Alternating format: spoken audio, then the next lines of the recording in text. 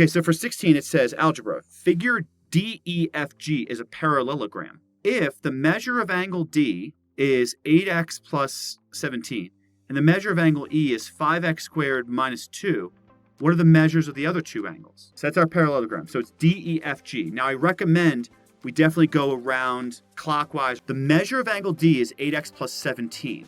The measure of angle E should be up here, right? Right. So that's a different angle. Here's an important property of parallelograms. What do we know about these two angles that are next to each other in a parallelogram? This angle and this angle are congruent, E and G, and this angle and this angle are also congruent. When angles are next to one another, they're called adjacent angles. In a parallelogram, adjacent angles are what to one another? They're supplementary. And the reason we know is because of this. This side would be parallel to this side. So this and this have to be same side interior angles of a set of parallel lines, with this as their transversal. That's how you know adjacent angles in a parallelogram must be supplementary. Can we leverage that for angles D and E? So let's just do angle D plus angle E equals to 180 degrees. That's going to be, let's see, 8x plus 17 plus 5x squared minus 2 equals 180. Now, we want to get the terms ordered just right. What term should go first? Combine like terms of 17 and negative 2. Let's do that. Yep. And then once we do that, 17 minus 2, I think, is 15. But then 15. We're going to reorder the terms. And which order do we put them in? 5x squared plus 8x plus 15 equals 180. Okay, good job. That's called descending order. That's good to know that terminology. We go from largest to smallest in terms of the powers, okay? All right, what comes next? We have to get it in what form? The standard form. Right, so we have to subtract what number? 180. Yes, because we want a what special number on the right-hand side? 0. So 0 here. Now, 15 minus 180 is negative 165. Is this an easy quadratic to solve necessarily? Not I'm going to say no. not really. It's because the numbers are kind of large and the front term does not have a coefficient of 1. You could do this with two methods. I'm going to assume this probably factors. I think it probably will, but we could also use the quadratic formula. Because the coefficient is not 1, I'm going to recommend we use a certain factoring method. It goes by a couple different names. Have you heard of the AC factoring method? Sometimes called the box method. So I'm going to highly recommend, let's use the box method in this case. So usually with the box method, you make like a big X like this. You use the coefficients to then break up the middle term. You'll see what I mean in a moment. On the top, you always put AC, and on the bottom, you put B. What are the values for this quadratic of A and B and C? I'm going to say A is just 5, B is 8, and C is negative 165. So just the numbers, just the coefficients, okay? AC is going to be like 5 times negative 165, because that's A times C, negative 825. And then we also write down the value of B. And then at this point, we form the important number sentence, which summarizes the factoring. Give me two factors of negative 825 that also add up to positive 8. It's kind of like imagine two numbers. So it's like A times B is equal to negative 825, but then also A plus B equals 8. So we need to figure out what A and B are. Here's the idea. Generally speaking, the B value is very large if the numbers are well separated. So if the numbers were like 5 and negative 165, notice they would add up to negative 160, which is a huge number. So we actually need to move the numbers a lot closer to each other.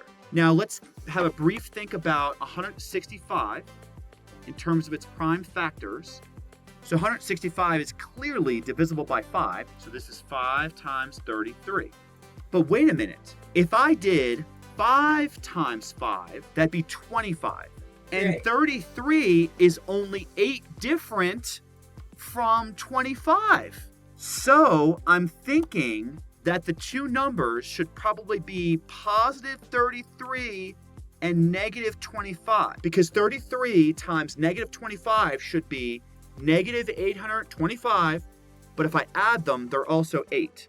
Now this may seem like silliness, but it turns out it's definitely not, because now that we've used this AC factor method, sometimes called the box method, what we're going to do is we're going to take this middle term, the 8x, and with these as a guide, the 33 and the negative 25, we're going to break up the middle term. 2, 5x squared plus 33x minus 25x minus 165. It's going to get better, you'll see. Because what we're going to do is we're going to group the first two with a parenthesis like that, and then group the second two with a parenthesis like that. And what we're going to do is we're going to have a look at the greatest common factor of each group. So the greatest common factor of group A would just be x. For the second group, the greatest common factor is going to be 165.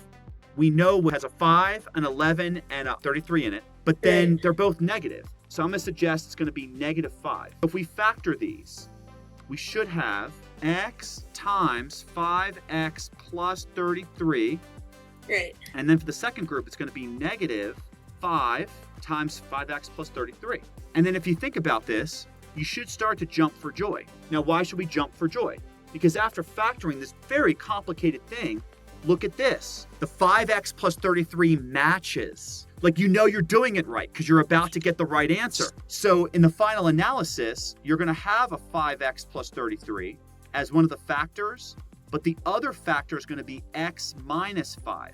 Because you see you've got x and minus 5 on the 5x plus 33. This came from the term that was repeated, but then the x and the minus 5 is what led to this term. This would give you x equals negative 33 over 5, because you would set that to be 0, you subtract 33 over, divide by 5. Right. That's not going to be good because that's a negative value.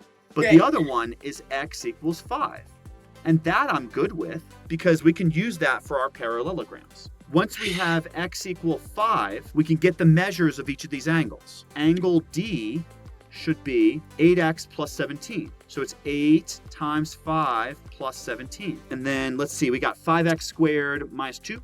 That's going to be 5 times 5 squared minus 2. So 5 squared is 25, times 5 is 125, minus 2 is 123. Right. But that makes sense because it should be supplementary to angle D. One last thing, it says, what are the measures of the other two angles? Well, G should equal angle E, so that should be the same as this, and then F should be the same thing as angle D. Angle F is equal to this. I wish it was easier, but I'm glad we went through that problem because, first of all, made sure you understood parallelograms. Secondly, it made sure that you got the equation. Third, it helped us with solving. Then we went through the AC factoring method, the box method. We figured out the factorization, argued why the positive one was correct, and then still got the answers. Right. So that reviewed a lot of skills there.